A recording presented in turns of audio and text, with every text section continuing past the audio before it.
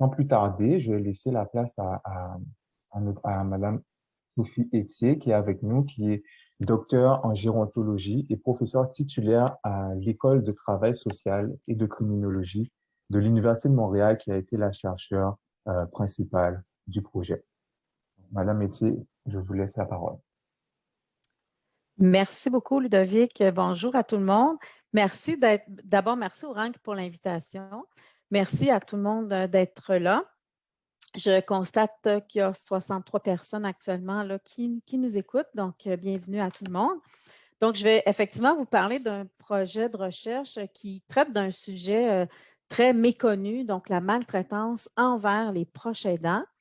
Même si c'est moi là, que vous entendez aujourd'hui, je n'ai pas travaillé toute seule. Donc, je vous présente ici l'équipe de recherche sur la première rangée. Donc, moi-même comme chercheur principal, mais il y a également Marie Beaulieu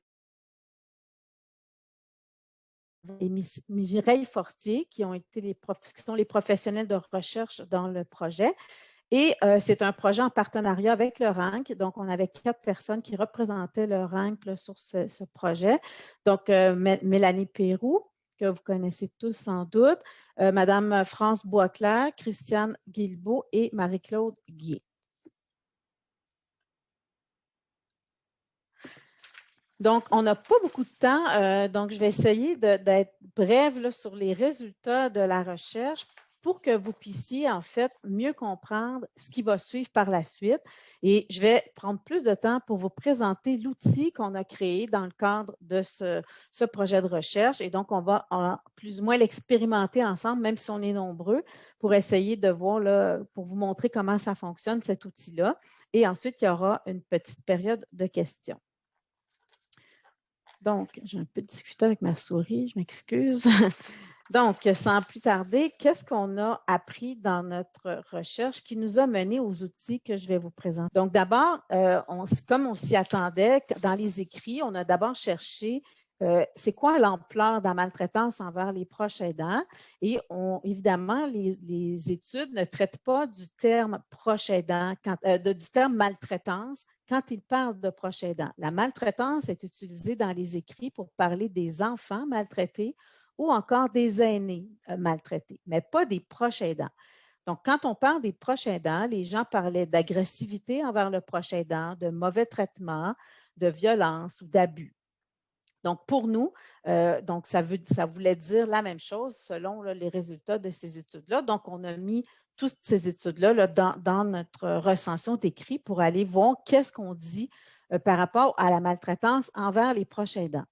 Et ce qui est ressorti, c'est que dans la littérature, ce sont essentiellement les personnes aidées qui font de la maltraitance envers leurs proches aidants, donc des personnes aidées qui ont des problèmes de comportement, des problèmes psychiatriques, des problèmes de maladie d'Alzheimer, par exemple, ou des aidés qui ont des problèmes d'antécédents de violence. Donc, c'est essentiellement ce qui était ressorti dans les écrits.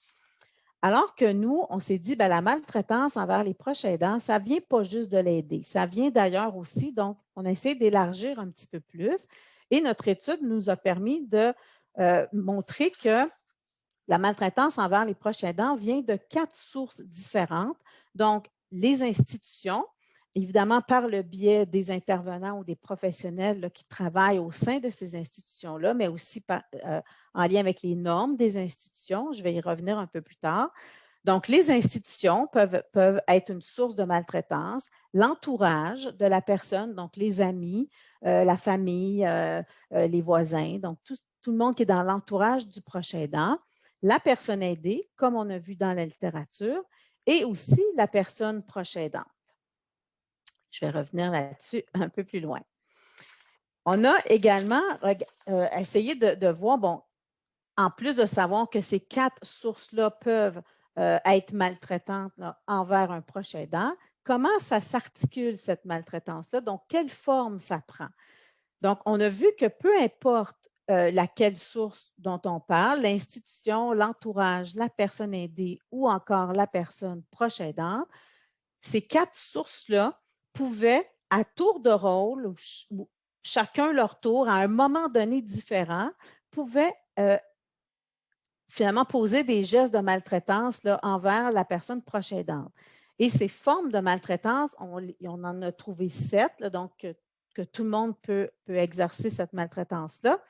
Donc, je vais vous les nommer et ensuite, on va pouvoir les revoir un petit peu plus en détail, un petit peu plus loin. Donc, premièrement, imposer le rôle de proche aidant ou surresponsabiliser. Donc, ça, c'est la première forme. Donc, cette forme-là, l'institution peut faire ça, l'entourage, la personne aidée ou même la personne proche aidante elle-même peut s'imposer le rôle de proche aidant. Donc, première chose, imposer le rôle de proche aidant. Deuxième forme, porter des jugements sur les façons de faire du proche aidant. Troisième forme, normaliser le rôle de proche aidant ou encore normaliser la maltraitance qui est vécue dans l'exercice du rôle. Quatrième, nier l'expertise de la personne proche aidante et sa contribution familiale et sociale. Donc, notre quatrième forme de maltraitance. Ensuite, nier les besoins de la personne proche aidante. Ensuite, utiliser de la violence psychologique, physique ou sexuelle envers la personne proche aidante. Et finalement, contribuer à l'appauvrissement de la personne proche aidante.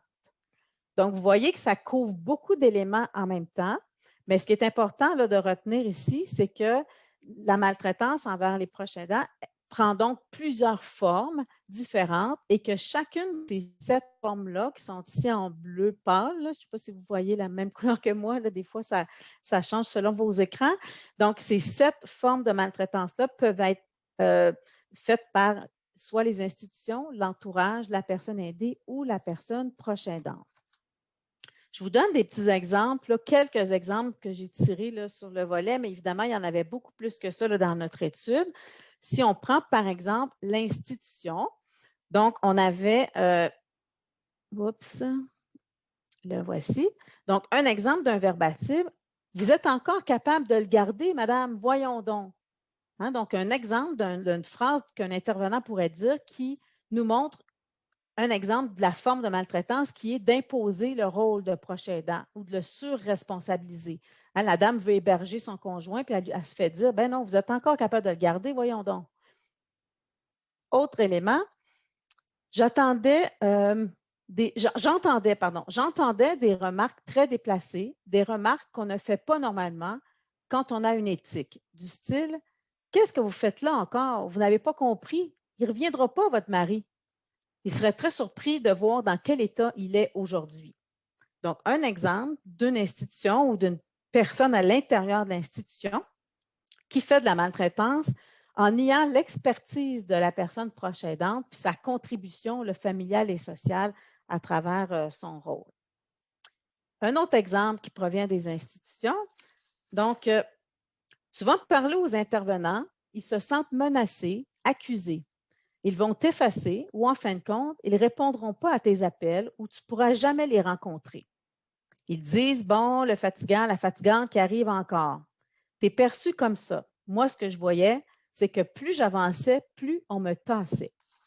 Hein, donc, un exemple ici de l'institution qui maltraite un proche aidant à travers la forme de maltraitance qu'on a appelée nier les besoins de la personne proche aidante. Donc, on voit bien là, dans ces 3 petits verbatims-là comment l'institution peut utiliser ces 3 formes de maltraitance-là. Il y avait des exemples pour les 7, mais on n'aura pas le temps de donner des exemples pour chacun d'eux. Maintenant, je vous amène à un deuxième. Donc, on avait l'entourage. Donc, l'entourage, mon petit verbatim, les autres ne t'aident pas. Ça critique tout ce que tu fais. Ils t'abaissent. Hein? Donc, un exemple d'une maltraitance qui est de porter des jugements sur la façon de faire du proche aidant. Hein? Donc, des proches là, qui autour du proche aidant, donc l'entourage, qui vont dire des phrases comme celle-là. Une autre, de quoi tu te plains? Il a l'air bien.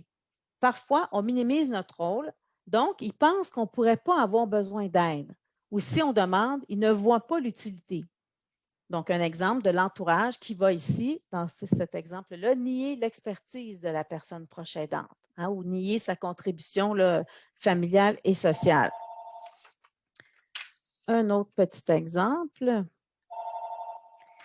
Ils disent, t'es donc bien bonne, moi, je ne serais pas capable. Ça veut dire, demande-moi pas de t'aider. Donc ça, un exemple de la forme de maltraitance qui consiste à imposer, dans le fond, le rôle de proche aidant ou encore surresponsabiliser la personne.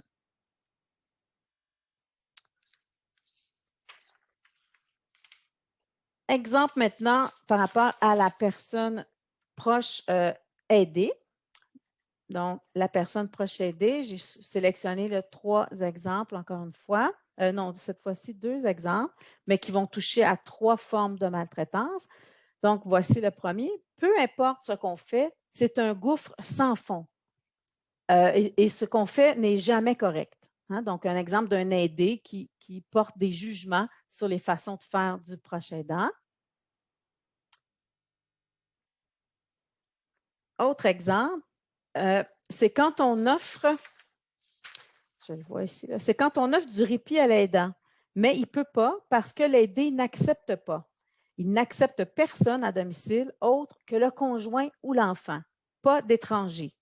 Hein, donc, un exemple d'une personne aidée qui, par son refus d'accepter des services, finalement, cause une maltraitance là, envers le proche aidant en normalisant le rôle de proche aidant et la maltraitance qui est vécue dans ce rôle-là. Donc, pour cet aidé-là, c'est normal que le proche aidant fasse ça pour lui et donc, il ne veut pas que d'autres personnes le fassent à sa place.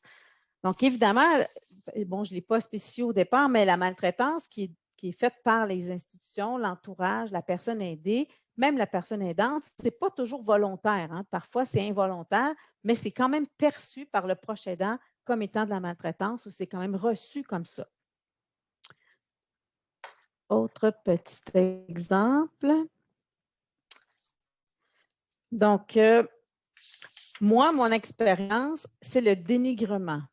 Pour moi, c'est une forme de violence. Ça amène des frictions de temps en temps. Chaque semaine, de se faire dire « tu es pas mal grosse, il faudrait bien que tu te prennes en main. Tes dents sont bien croches, tu n'as pas beaucoup de cheveux sur la tête, on voit ton crâne. » Ça fait 40 ans que je m'occupe d'elle. Je suis là à aider quelqu'un qui me rabaisse, qui n'est pas capable de me dire merci. Hein, donc, un malheureux, j'allais dire un bel exemple, un malheureux bel exemple d'une utilisation de violence psychologique envers un proche aidant et donc venant de la personne aidée. Et enfin, on a aussi la personne proche aidante qui elle-même peut avoir des comportements maltraitants envers elle-même. Donc, par exemple, des fois, l'aidante est gentille, mais des fois, elle a son voyage. Elle a perdu 20 livres. Elle ne fait pas grand-chose pour elle dans une journée. Il faut s'aimer assez. On n'a pas appris ça quand on était jeune. C'est notre génération, ça.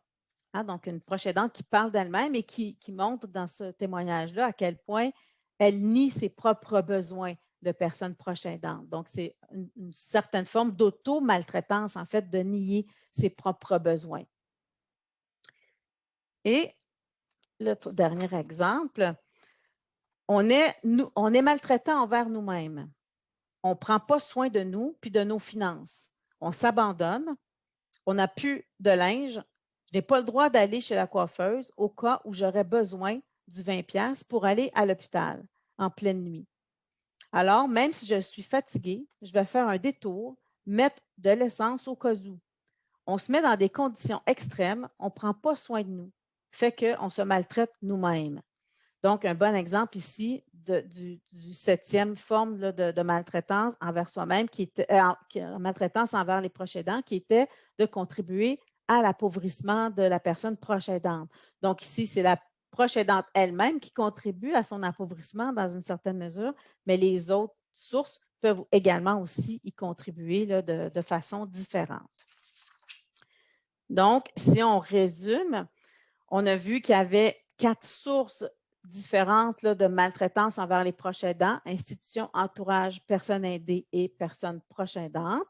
Et il y a 7 formes différentes de maltraitance. Donc, imposer le rôle de proche aidant, porter des jugements sur sa façon de faire, normaliser son rôle, nier son expertise, nier ses besoins, utiliser de la violence psychologique, physique ou même sexuelle et contribuer à son appauvrissement.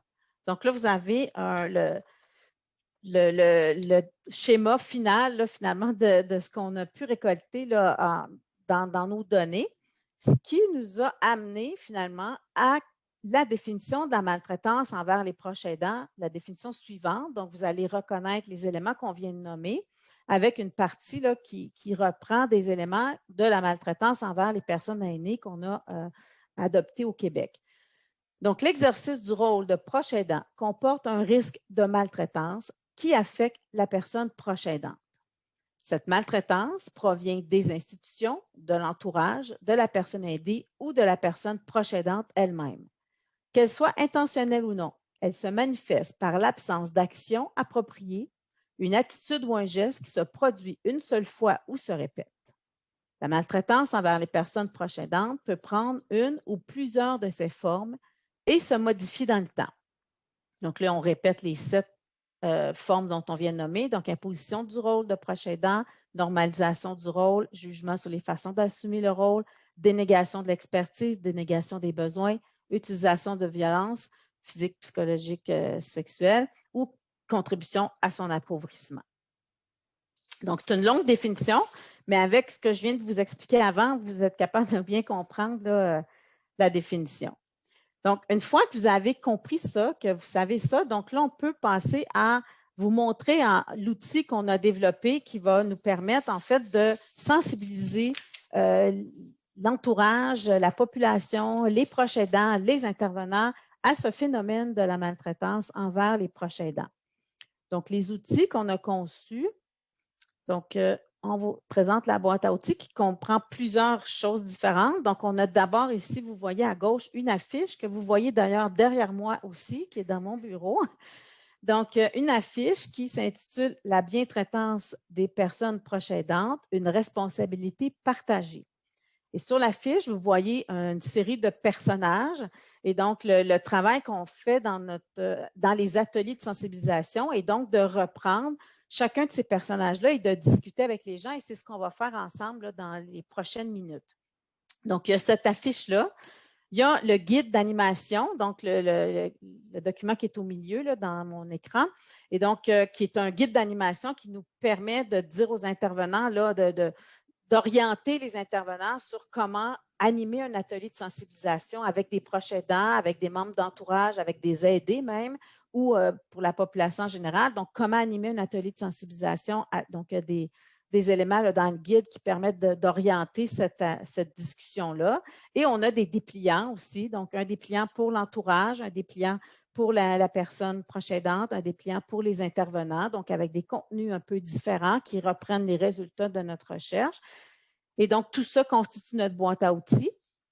Et on aura également aussi des PowerPoint narrés qu'on va aussi fournir là, aux intervenants.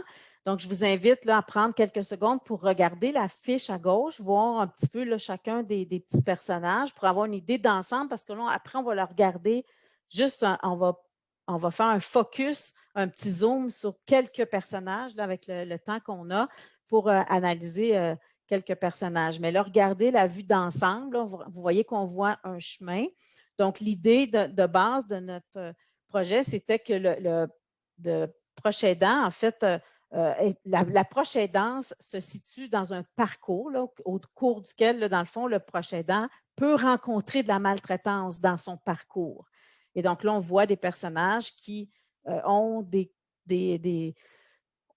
indices de maltraitance là, à l'intérieur de ce parcours-là, et c'est ça qu'on va regarder ensemble.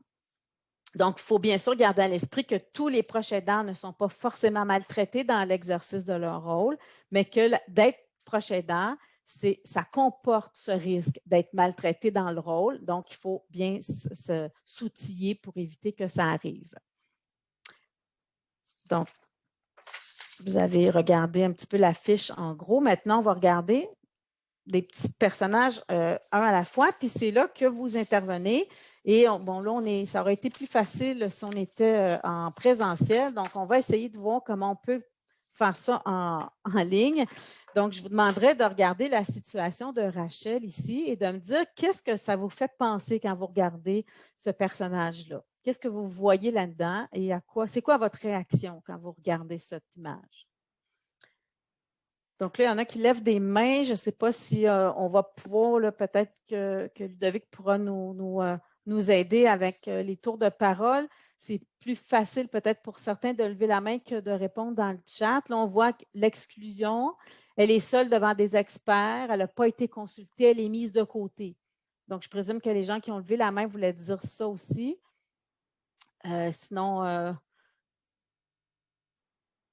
peut ajouter. Donc, exactement, c'est ce qu'on voulait illustrer là, à travers cette image-là. Donc, à quoi ça vous fait penser? Pensez-vous que Rachel fait face à une dénégation de son expertise dans cette image-là? C'est un peu ce que vous avez noté. Hein? Elle n'est pas consultée, elle ne fait pas partie de l'équipe. Donc, effectivement, on peut penser là, que c'est une dénégation de son expertise. Oui, on ne la considère pas. Donc, je lis ce qui est écrit dans le chat. Est-ce que vous pourriez voir là-dedans une dénégation des besoins de Rachel? Puis si oui, quels pourraient être les besoins auxquels on ne répond pas en agissant de la sorte, donc en l'excluant en fait de la discussion? On voit dans la discussion qu'il semble y avoir un aîné, probablement dont elle s'occupe, donc l'aidé est là, et avec 2 professionnels de la santé, donc ils parlent entre eux, ils excluent la proche aidante. Donc, dénégation de son expertise et quels besoins donc elle pourrait avoir auxquels on ne répond pas. Donc, collaborer, donc son besoin de collaborer, son besoin de partager son point de vue, effectivement. Ses compétences, hein, le besoin qu'elle pourrait avoir qu'on prenne en compte ses compétences. Son besoin d'information aussi, c'est intéressant. Donc, hein, si elle est exclue de la discussion, nécessairement, il y a des informations qu'elle n'aura pas. Hein, donc, il va y manquer donc d'être mise au courant de la situation, effectivement. Son besoin d'être valorisée également dans son rôle, dans ce qu'elle a fait jusqu'à maintenant et de ce qu'elle continuera de faire encore, parce qu'il est possible ça ne met pas fin à son rôle de proche aidant. Elle va continuer de s'occuper de lui. Donc, ce qu'elle a fait jusqu'à maintenant n'est pas valorisé. Sophie, je ne sais pas si tu veux que je puisse permettre à Oui, la personne qui vas-y, a ça levé la rentre. main. Oui, Parfait. exact, je te laisse. Donc, Madame François-Di, je vais vous permettre d'intervenir. Ensuite, ce sera Madame Josée Larouche. Donc, Madame François-Di, vous pouvez activer votre micro pour intervenir. D'accord, parfait. Donc, ce sera, je vais laisser Madame François-Di va passer son tour. Donc, Madame Josée Larouche, je vais vous permettre d'intervenir. Vous pouvez activer votre micro. Oui, est-ce qu'on m'entend? Oui, on vous entend. Bien, dans le fond, moi, ce que je trouve déplorable et important, c'est que cette dame-là aurait des informations extrêmement pertinentes pour répondre à ses besoins à elle, mais aux besoins de l'aider aussi, parce que ce que je vois dans ma profession, c'est souvent, il manque des informations que l'aider ne donne pas pour minimiser son état, mais que la proche aidante paye pour les informations qui ne sont pas données. Donc, ça lui occasionne encore plus de charges au niveau de la proche aidance. Tout à fait. Donc, l'information dans les 2 sens. Hein. Tantôt, on parlait que si elle est exclue, elle ne reçoit pas certaines informations dont elle pourrait avoir besoin, mais aussi dans l'autre sens, elle ne peut pas transmettre des informations qui pourraient être très utiles aussi à l'équipe soignante pour bien comprendre ce qui se passe. Là. Effectivement, merci beaucoup. Également, Martin Colombe-Simard, je vous permets d'intervenir. Vous pouvez désactiver votre micro.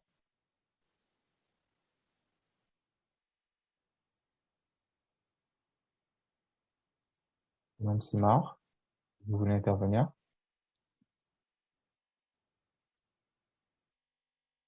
Ok, on va passer à Martin Houle.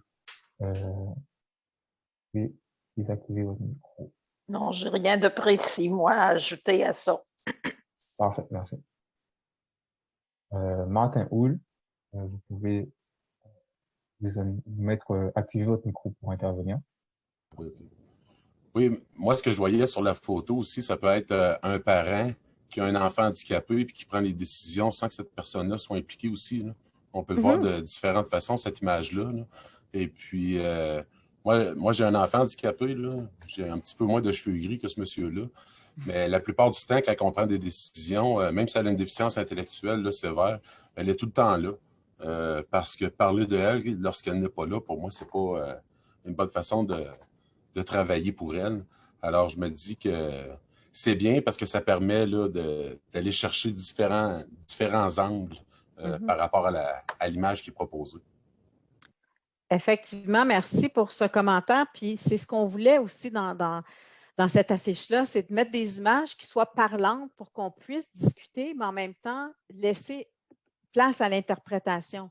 Et en même temps, ce que je ne vous avais peut-être pas dit, qui manquait peut-être comme information, c'est que dans notre image, je vais faire un petit retour en arrière, nos proches aidants, là, c'est petit, vous ne voyez pas tant que ça, mais nos proches aidants ont des dossards, en fait, des dossards avec des numéros.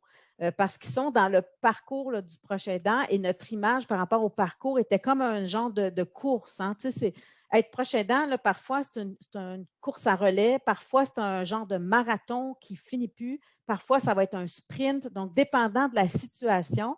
Et donc, on a mis des dossards sur nos proches aidants. Et donc, dans ce sens-là, une fois qu'on a cette information-là, bien, notre dame ici, Rachel, elle a un dossard, donc elle est notre proche aidante dans l'histoire.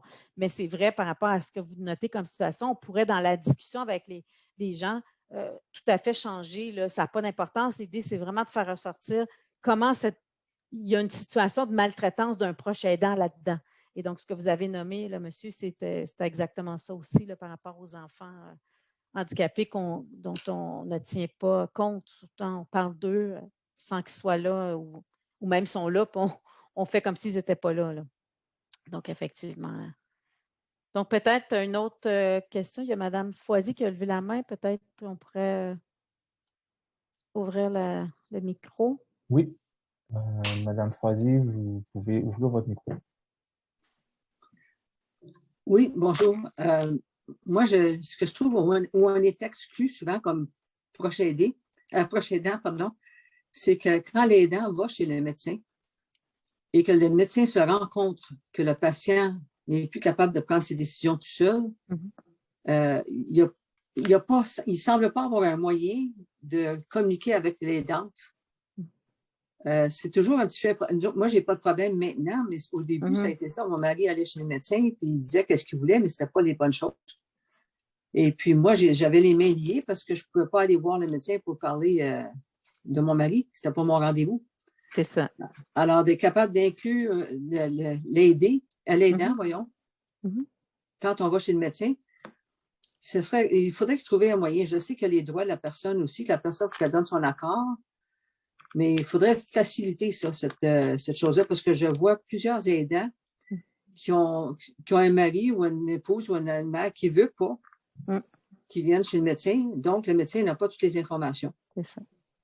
Parfait, merci. Donc, vous voyez qu'à partir de cette image-là, on peut parler de beaucoup de choses là, par rapport à la situation là, de la proche aidante qui serait maltraitée dans cette situation-là. Et ce que vous venez de dire, Mme Foisy, nous amène à la question que j'avais ensuite par la dernière question qui est là. Donc, c'est quoi qui serait bien traitant pour Rachel? Donc, une façon d'être bien traitant envers Rachel, ça serait donc de lui donner une place dans l'équipe de soins, hein, la consulter, l'écouter, l'informer. Donc, tout le contraire de ce qu'on vient de nommer là, tantôt, là, donc de lui donner, c'est ça, une bonne place, puis lui poser des questions à savoir est-ce qu'elle aurait besoin d'aide aussi, puis de quel besoin. Donc, on pourrait discuter longtemps à partir de cette image. Je vais continuer parce qu'on a d'autres petits bonhommes à voir, même si on ne pourra pas tous les voir. Donc, qu'est-ce qu'on a ici dans cette image-là? Donc, ici, on a comme deux personnes. Comme je vous disais tantôt, le principe étant que nos aidants sont numérotés avec des dossards. Donc, ici, on aurait, qu'est-ce que ça vous dit, cette image-là?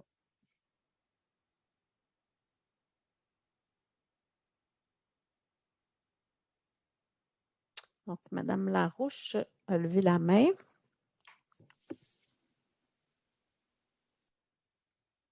Madame Larouche, vous pouvez intervenir. Oui. Dans le fond, moi, ce que ça me dit, c'est que le monsieur, ben, il n'est pas content. Probablement qu'il Moi, ce que je pense, c'est qu'il est fatigué de peu importe de quelle façon. Il doit s'occuper de son aidé. Puis, c'est ça. Dans le fond, il peut même faire de la maltraitance envers l'aider parce que probablement qu'il est à bout. Là. Il a besoin d'aide. Là. Parfait. Moi, c'est ça qu'on me dit. Autre chose que d'autres personnes voient, il n'y a pas de bonne et de mauvaise réponse. Hein. Il y a toutes sortes. Nous, on a suggéré des choses, mais on peut y voir autre chose. Martin, oui. Oui, moi, ce que je vois, c'est deux personnes aidantes, étant donné que les deux ont des dossards. Puis là, il y en a un des deux, peut-être, qui vient chercher de l'aide parce qu'il n'est pas de bonne humeur. Fait qu'il peut-être qu'il a besoin d'aide pour lui. Là. Moi, c'est ça que je vois. OK. Donc, un proche aidant qui est en colère, puis un autre proche aidant qui porte tout. Hein, on voit la dame qui est comme un peu surchargée là, de choses.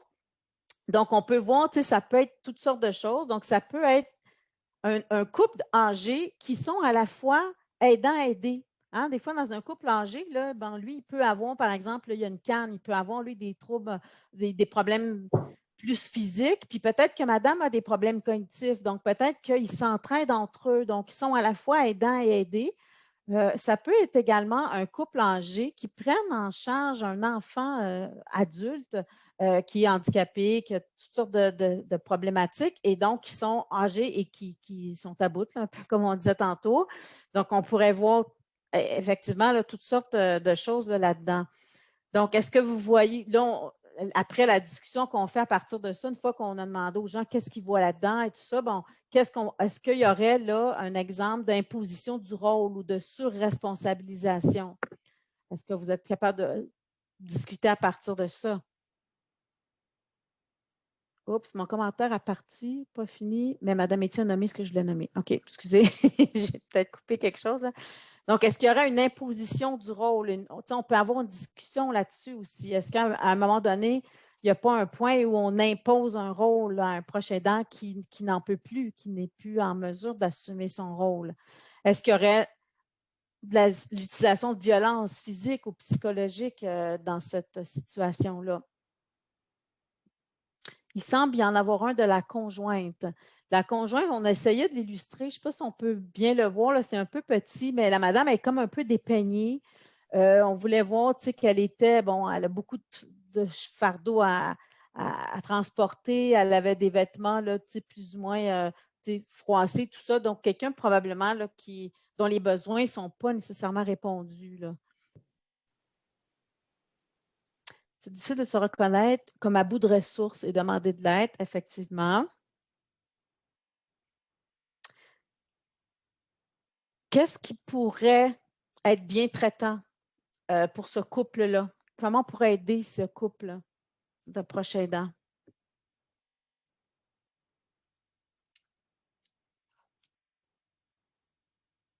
Reconnaître les limites, effectivement. Ils se voient imposer l'aide apportée, effectivement, service de soutien, donc lui offrir des services, reconnaître ses limites, voir quels sont ses besoins, demander de l'aide, effectivement.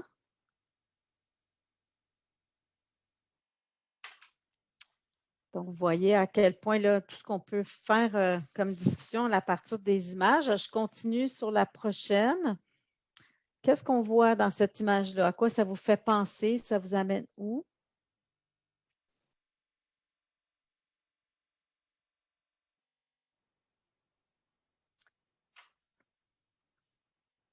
Martin, vous pouvez parler? Moi, je vois quelqu'un qui voudrait bien faire, mais qui semble se diriger vers une situation catastrophique. Puis quand on regarde un peu dans le texte, là, on parle de surresponsabilisation. Fait que je vois ici un enfant qui s'occupe d'une personne âgée. Pour passer du temps, oui, ça peut être bien, mais de là à donner des responsabilités, là, on peut voir sur la photo là, qu'il pourrait arriver un problème. Exactement. Donc, on voit, je lis en même temps les messages, là, un enfant là, qui prend des responsabilités d'adulte, donc un jeune qui, des jeunes proches aidants, ça existe, hein, donc un jeune qui est en train probablement d'aider son grand-parent, ce qu'on pense être peut-être sa grand-mère. Donc, qui a une responsabilité peut-être au-delà de ses capacités d'enfant ou au-delà de ses compétences, à la limite. Hein, donc, il y a peut-être clairement ici une surresponsabilisation de son rôle, une normalisation aussi. Si on pense là, des fois dans certaines cultures ou dans certaines familles, prendre soin de quelqu'un est comme normal et on ne demande pas si c'est correct pour cette personne-là ou si c'est acceptable ou si c'est… donc, on l'impose. On voit des embûches sur le chemin, comme M. Hull aussi a partagé tantôt. Donc, ils se dirigent vers des embûches. Donc, est-ce qu'ils vont les voir? Est-ce qu'ils vont les contourner ou bien ils se dirigent directement dedans? Donc, on peut aussi discuter quelles sont les embûches, par exemple, que cette diade aidant-aider-là pourrait rencontrer. Vouloir faire plaisir à tout prix à l'aider, effectivement. Donc, quoi d'autre vous pouvez voir? Est-ce que vous… Bon, je regarde les questions. Là, ici, pensez-vous que Rachid pourrait faire face à une dénégation de sa contribution familiale et sociale? Hein, c'est clairement un jeune qui a un rôle important dans cette famille-là et dans la société de prendre soin de son grand-parent âgé. Est-ce que, quelque part, on nie sa contribution familiale et sociale en prenant pour acquis… donc, je vois Mme Larouche qui a la main levée. Dans le fond, moi j'ajouterais, c'est l'effet aussi qu'il soit jeune. Il manque probablement d'expérience et d'outils. Donc, il aurait probablement besoin de soutien. Puis des fois, juste l'effet qu'on sait qu'ils sont jeunes, ils ont beaucoup d'énergie. On ne s'attardera pas à savoir si… s'il y en a assez, puis s'il y a le temps aussi de s'occuper de cette madame-là. L'impact aussi, parce que ça peut avoir un impact à long terme aussi, un enfant qui se retrouve avec des responsabilités d'adulte. Tout à fait. Donc, il y a un autre commentaire dans le même sens. La famille pourrait minimiser l'impact que ça pourrait avoir sur ce jeune-là, sur ses études, par exemple, sur sa vie sociale, ses activités. Tout à fait. Et j'ai vu un commentaire, il y a quelqu'un qui disait aussi qu'on pourrait le voir de façon positive aussi. Hein? C'est pas… donc, de façon positive au sens où ça pourrait être, je ne sais pas, par exemple, un jeune homme, un enfant, un adolescent qui veut donner du répit à son parent qui s'occupe du grand-parent. Donc, il dit, bien, regarde, je vais m'en occuper, moi, de grand-maman aujourd'hui. Tu sais, je te donne un petit congé, moi, je m'en occupe, je l'amène en quelque part, je m'en vais chez mes amis, je l'amène avec moi. Tu sais. Donc, ça pourrait aussi être un proche aidant qui donne un répit au proche aidant principal, en fait. Tu sais, on pourrait aussi voir toutes sortes de choses et discuter à partir de ces situations-là. Hein, le but de notre affiche est de faire ressortir les situations de maltraitance, puis de voir aussi des situations de bientraitance. Donc, si on le voit dans la bientraitance, ça pourrait être comme je viens de le nommer, là. Donc, qu'est-ce qu'on pourrait faire pour être bientraitant? Admettons qu'on prend pour acquis que c'est le petit garçon là, qui est surchargé dans ses responsabilités, bien, ça pourrait être de respecter encore ses limites, bon, là, on ne le voit pas trop sur cette image-là, mais quand on voit la grande affiche, on voit qu'il se dirige vers une embûche qui sont les branches d'arbres, mais à côté, il y a également un aire de repos. Donc, peut-être qu'il se dirigeait vers l'aire de repos. Donc, peut-être aussi, c'est profiter de l'aire de repos ou lui donner accès au repos, lui donner du répit, etc. Donc, ça peut suggérer ça également. Donc, les intervenants, c'est ça, pour être bien traitants envers lui, pourraient lui donner justement de l'information, plus de répit, plus de services, comprendre mieux son rôle, mieux adapter en fonction de ses besoins aussi. Donc, ça reprend à peu près ça, les commentaires qui sont là. S'assurer que Rachid est en mesure de prendre ses responsabilités là et surtout qu'il le souhaite, effectivement. Donc, ça serait des exemples. Je vous amène sur la dernière image. Donc, ici, on a un entourage qui est en retrait, qui est assis sur un banc, caché derrière des arbres, plus ou moins, là, caché des arbres, puis ils regardent. Et donc, là, ils discutent entre eux, puis il y en a un qui dit, il a l'air d'avoir besoin d'aide. L'autre répond, c'est pas nos affaires, puis l'autre répond, c'est son choix. Hein, donc, c'est un entourage en retrait. Donc, qu'est-ce que vous voyez dans cette situation-là?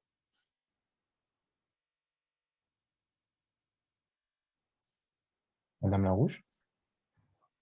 Moi, ça me fait penser souvent à de la famille qui ne veut pas s'impliquer.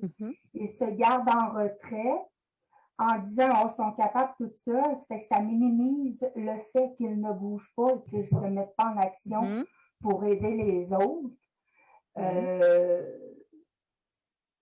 Ça peut être aussi au niveau des valeurs, au niveau...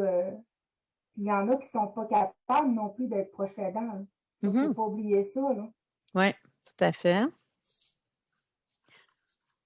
Encore autre chose, on voit encore là, ça dépend du jugement. Pas toujours un choix d'être proche aidant. L'entourage peut porter des jugements sur l'aide reçue, effectivement. Donc, pensez-vous que l'entourage porte des jugements? Donc, là, on a des exemples de personnes qui pourraient porter des jugements, mais encore là, les phrases, comme elles sont écrites, peuvent être interprétées aussi de façon différente. Donc, il y a des éléments là, qui peuvent nous permettre là, de discuter à partir de la normalisation du rôle aussi. Hein? Donc, on dit quand la personne a dit « Ah, ben c'est son choix, là », ou c'est elle qui a choisi ça. Hein? On regarde les autres proches aidants dans le parcours. Donc, c'est son choix. C'est elle qui a choisi ça. Donc, on normalise le rôle qu'elle a, puis on ne l'aide pas forcément. Donc, le jugement de l'entourage, le sentiment de culpabilité. Encore aussi la contribution, la négation de la contribution familiale et sociale. Des fois, on ne se rend pas compte qu'un proche aidant, oui, ça aide la personne à aider, mais en faisant ça, bien, ça aide la famille et ça aide la société également. Hein, donc, les personnes qui ne sont pas proches aidantes ne réalisent pas à quel point que si ces proches aidants-là ne faisaient pas leur travail, ça se répercuterait à quelque part sur eux parce que c'est socialement qu'on doit assumer ces conséquences-là également. Donc, il y a toutes sortes de discussions là, qui peuvent ressortir de ça. D'autres membres de la famille qui ont une mauvaise opinion du proche aidant qui lui porte des intentions négatives, effectivement. Donc, il y a une main de levée. On pourrait prendre cette question-là, puis après, je vais passer à la dernière image. Oui, mais moi, ce que je trouve aussi, c'est que lorsqu'on devient proche aidant et qu'on a avec nous, c'est sûr que quand on sort, on a toujours notre aidé avec nous, ou presque. C'est là qu'on reconnaît nos vrais amis. Et parce qu'il y a quelques personnes qui s'effacent dans notre entourage. Et puis, soit on s'en rend compte. Ou bien ils sont encore présents, nous disent, mais si tu as besoin d'aide, tu me le diras, mais tu sens que si tu les demandes, ça ne marchera pas là. C'est ça.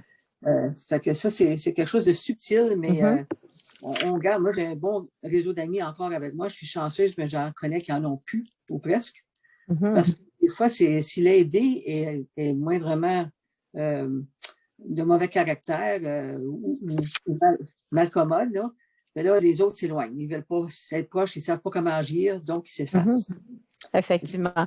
Puis là, on a focusé sur celui-là, mais tantôt, je vais vous remontrer l'image globale. Et on avait ici des membres de l'entourage qui sont un peu retirés, qui ne s'impliquent pas et tout ça pour toutes les raisons que vous venez de nommer. Mais on avait aussi d'autres membres de l'entourage qui, au contraire, eux autres sont aidants. Donc, on va le voir tantôt. Là, je vous le montrerai à la fin. Là. Et donc, on voyait deux possibilités d'un entourage qui est facilitant ou aidant, puis un entourage qui l'est moins. On voit la pandémie n'aide pas, effectivement. C'est difficile en ce moment d'aider les autres quand on doit rester chacun chez soi. Donc, qu'est-ce que l'entourage pourrait faire? Je vais à la dernière question. Comment cet entourage pourrait-il être bien traitant envers les proches aidants?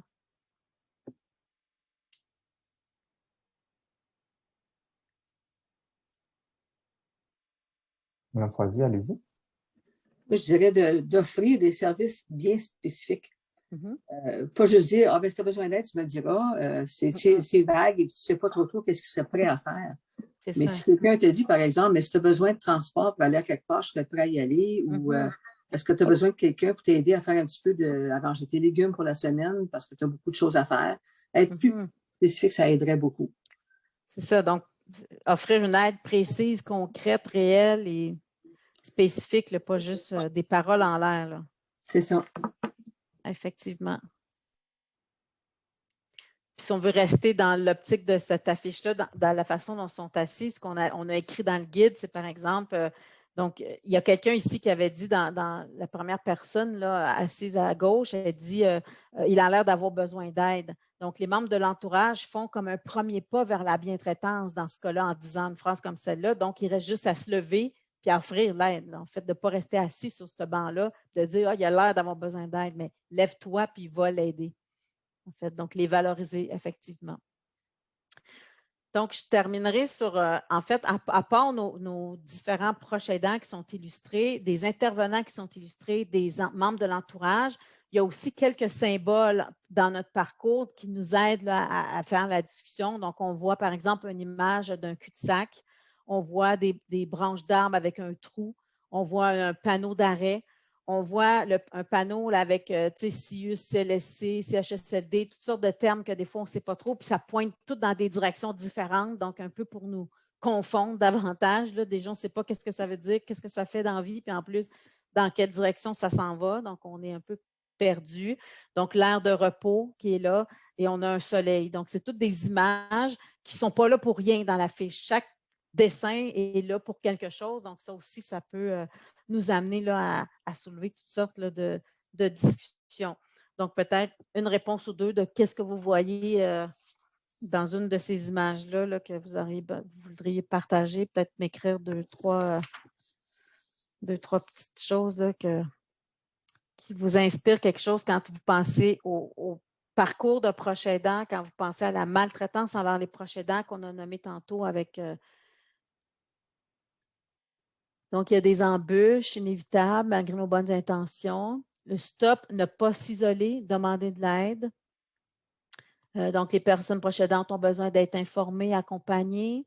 Attention aux écueils, prendre le temps de s'arrêter. Effectivement, il y a des enjeux à la proche aidance, mais il y a aussi des outils. Donc, toutes des bonnes réponses. Excellent. Très difficile de se retrouver dans le réseau d'aide aux proches aidants actuellement, effectivement.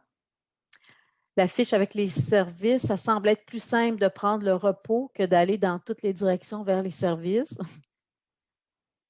Mais dans la fiche plus centrale, ils ne sont pas nécessairement collés, ces deux-là, mais effectivement, c'est une bonne réponse. Dans la vraie vie, on aurait besoin d'une bonne signalisation fonctionnelle, effectivement.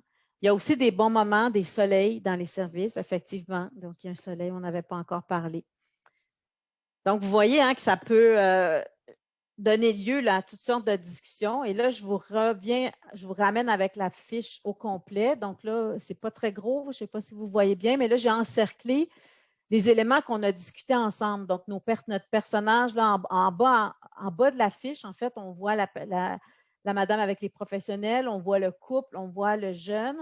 Donc, celui-là, on a parlé de ces trois-là. Un petit peu plus haut, on voit le banc avec l'entourage. On voit aussi bon, le soleil puis le trou et le cul-de-sac. Mais il y a encore plein d'images que vous voyez sur cette affiche-là qu'on n'a pas pu discuter là, parce qu'on n'avait pas assez de temps, mais vous voyez que ça donne encore... on aurait pu, avec 2 fois plus de temps, avoir le temps de regarder chacune de ces images-là, chacun de ces proches aidants-là, chacun des membres d'entourage, chacun des intervenants. On les voit, on n'en a pas parlé des intervenants, mais on voit là en haut, il y a une intervenante là, qui donne de l'information à quelqu'un qui court, qui essaie de rentrer sur le chemin et l'information sort par le sac. Là, il y a comme trop d'informations, c'est comme trop vite. Là, la personne n'est pas capable de suivre. Et en bas, complètement à droite là, dans l'image, une table avec des intervenants qui sont soutenants, qui donnent de l'eau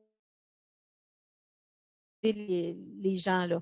Donc, on voyait notre couple tantôt, là, le petit jeune en chaise roulante qui pousse sa grand-mère, ben, elle se dirigeait, on voyait dans l'image qu'elle semblait se diriger vers une embûche, mais si on le voit sur la fiche générale, il peut se diriger aussi vers l'aide. Hein, il peut se diriger vers l'intervenant. Donc, toutes sortes d'éléments qui peuvent nous permettre de discuter. Je lis ce qui est marqué dans le chat. Oui, ça sera possible, le diapo, tout ça, ça sera disponible. Le soleil représente les bons coups, partager les belles expériences afin de pouvoir les répéter dans d'autres situations et de donner espoir. Donc, je terminais là-dessus avec, dans le fond, la définition là, de la bientraitance parce que notre affiche s'appelle « La bientraitance des personnes proches aidantes, une responsabilité partagée ». Donc, ce qu'on veut montrer là-dedans, c'est que tout ça, ça se fait ensemble. On a vu que c'est l'entourage, l'aider, l'aidant et les institutions qui peuvent maltraiter le proche aidant, mais ça veut dire aussi que c'est ces mêmes quatre-là qui peuvent contribuer à bien traiter le proche aidant. Donc, il faut travailler ensemble vers la bientraitance. Puis, on a donné cette définition de la bientraitance là, avec les résultats de notre recherche. Donc, la bientraitance envers les personnes proches aidantes est une démarche d'accompagnement global. Elle vise à promouvoir leur soutien, l'écoute de leurs besoins, la valorisation de leur apport, de leurs expériences et de leurs expertises dans la vie quotidienne afin de prévenir la maltraitance. Donc, on terminerait là-dessus et il me reste quelques minutes là, pour répondre à vos questions. Donc, on remercie le CADA, Québec Amis des aînés, qui a financé cette étude-là. Et donc, on aurait quelques minutes pour les questions. Donc, là, je pourrais peut-être enlever... départager mon écran, que vous puissiez peut-être me voir un peu plus. Voilà. Donc, si vous avez des questions, n'hésitez pas à les poser, soit dans le chat ou dans la section Q&A. Je vais donner la parole à José Larouche. Ensuite, ce sera Marc-Antoine. Moi, je voulais dire, Sophie, je suis vraiment contente d'avoir pris le temps de t'écouter, mais j'en prendrai encore, parce que je trouve que c'est extrêmement intéressant. Les exemples sont faciles à comprendre aussi. Puis je trouve aussi, comme tu disais, c'est un sujet qui n'est pas souvent abordé. Puis, sauf que ça fait partie aussi des cris de détresse des proches aidants. Fait que si jamais tu en fais une, un peu plus long, parce qu'une heure, ça passe extrêmement vite. Puis j'aime ça aussi entendre ce que les autres ont à dire, parce que chaque personne a une vision qui peut nous faire avancer. Le partage est important. Oui, bien merci pour ce commentaire. Madame Larouche, et pour répondre en même temps à des commentaires là, que je vois dans le chat, l'idée du projet, en fait, on a conçu ces outils-là, donc la fiche qui est là, le guide d'animation, les dépliants, ils seront disponibles la semaine prochaine sur le site du RANC. Peut-être que Ludovic avait l'intention de vous en reparler, là, mais la semaine prochaine, on fait le lancement officiel de ces outils-là. Donc, ils seront disponibles sur le site du RANC. Tous les organismes, tous les intervenants pourront les télécharger, pourront s'en servir dans leur milieu. Moi, ça me ferait plaisir de refaire d'autres conférences là-dessus, mais évidemment, moi, toute seule, je ne peux pas faire le tour du Québec pour... donc, je compte sur vous, je compte sur les intervenants et le guide d'animation est fait de sorte que vous allez être autonome. Donc, vous allez être capable de reprendre les outils et vous en servir dans vos propres milieux d'intervention. Donc, on vous donne des exemples. Vous pouvez les utiliser dans le cadre d'un groupe de soutien. Vous faites une rencontre là-dessus. Vous pouvez faire un café-rencontre sur ça. Vous pouvez faire comme une genre de conférence. Et donc, vous pouvez recevoir des proches aidants en groupe et parler de ça à partir de la fiche. Donc, vous avez 1 heure, 1 heure et demie, 2 heures même pour en parler. Donc, ça vous permet là, puis le faire sur 2, 3 rencontres si vous voulez aller à fond et que vous n'avez pas le temps là, de tout faire dans une rencontre. Donc, tout va être disponible pour que vous puissiez travailler avec ça. Donc, s'il y a des intervenants qui écoutent, que ça vous intéresse, bien, vous irez les chercher. On va en envoyer des copies papier et vous aurez aussi les fichiers en PDF pour les imprimer vous-même. Et s'il y a des proches aidants qui s'intéressent, bien, parlez-en à vos organismes avec lesquels vous êtes associés, puis eux pourront faire la demande et faire avec vous ces démarches-là de discussion. Donc, pour nous, c'est des outils qu'on vous donne, puis ça va faire son chemin. Là. Allez-y. Donc, on avait beaucoup de questions sur le PowerPoint aussi. Ils seront disponibles, les PowerPoint. Oui, c'est ça. Donc, on va vous faire un suivi par courriel avec le lien pour pouvoir visionner le webinaire d'aujourd'hui en différé et également avec la présentation en PowerPoint. Comme Madame Etier l'a précisé, à partir de la semaine prochaine, c'est-à-dire du 28, vous pourrez vous rendre sur le site Internet du Regroupement des aidants naturels du Québec, ranq.qc.ca, pour télécharger directement les documents en version numérique. Et si vous voulez recevoir les documents en version imprimée, vous pourrez remplir un bon de commande et nous vous ferons parvenir les documents. Les envois sont gratuits jusqu'au 30 juin 2021. Donc, je pense avoir fait le tour à ce niveau-là. Donc, je sais pas s'il y a Si tu me laisses un d'autres. petit 30 secondes, Oui, j'ai bien vu une sûr. question passer tantôt par rapport à à la loi puis la politique de Mme Blais. Donc, simplement pour dire que c'est la loi qui est passée là, en octobre dernier, c'est une loi pour reconnaître le rôle de proche aidant. Et dans quelques jours, en fait, d'ici le 30 avril, normalement, elle devrait sortir de la politique qui accompagne cette loi-là. Donc, la politique pour les proches aidants, pour le soutien et la reconnaissance des proches aidants.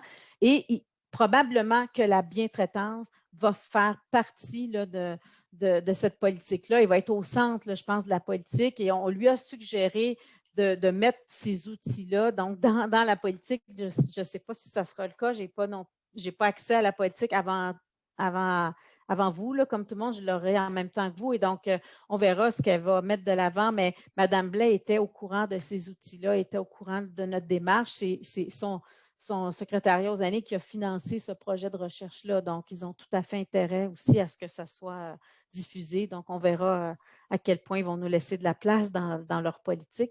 Mais effectivement, la politique met au centre là, la reconnaissance et le soutien des proches aidants. Donc, dans les prochaines années, on le souhaite, on espère que ça va changer là, pour les proches aidants. Là. Vous serez enfin reconnus et soutenus à la juste mesure de ce que vous faites. Bon, merci pour ces beaux mots, Sophie. C'est tout ce que le RANC souhaite et travaille pour, en tout cas. Il y a une dernière question de Guylaine Dufault qui demande si les résultats ont été publiés. Les résultats de la recherche action ont été publiés. On a fait un article pour l'instant qui est déjà publié et on a des articles là, en cours qui sont soumis, là, qui sont en évaluation. Mais on en a un qui est sorti déjà. Et les résultats tout ça va être sur le site du RANC, à même place que les outils. Là. Tout ça, on prépare un kit là, où vous aurez accès à toute l'information au même endroit. Oui, c'est cela. Également, il y a une personne qui voulait ton adresse courriel qui apparaissait dans une de tes slides. OK. Est-ce Je vais qu'elle essayer est de. toujours présente? Oui, Euh, je vais remettre ça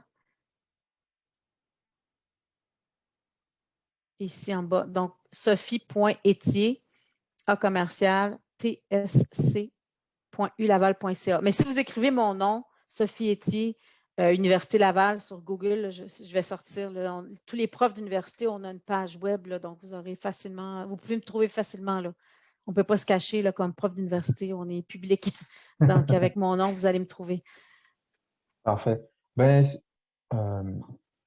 si je lis les commentaires, il y a monsieur René Claude, vraiment super, je me répète, mais je suis très enthousiaste face à ce projet.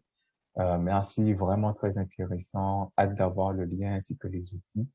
Donc, je pense que c'est vraiment un projet qui, qui, qui, euh, qui était nécessaire, qui était dû, puis qui intéresse non seulement les intervenants et intervenantes, mais aussi les personnes proches. Donc, nous allons vous acheminer tout cela par courriel, ne vous inquiétez pas. Donc, merci encore pour votre écoute. Merci pour vos beaux commentaires. Puis tant mieux si ça répond à vos besoins. On est bien content que l'outil puisse être utilisé, que ça ne restera pas sur une tablette. Merci. Merci à tout le monde d'avoir été avec nous aujourd'hui. Donc, je vous souhaite une bonne après-midi et nous allons faire un suivi avec vous concernant les outils et les informations pour pouvoir revisionner le webinaire. Donc, merci à tous et bonne après-midi. Au revoir. Au revoir.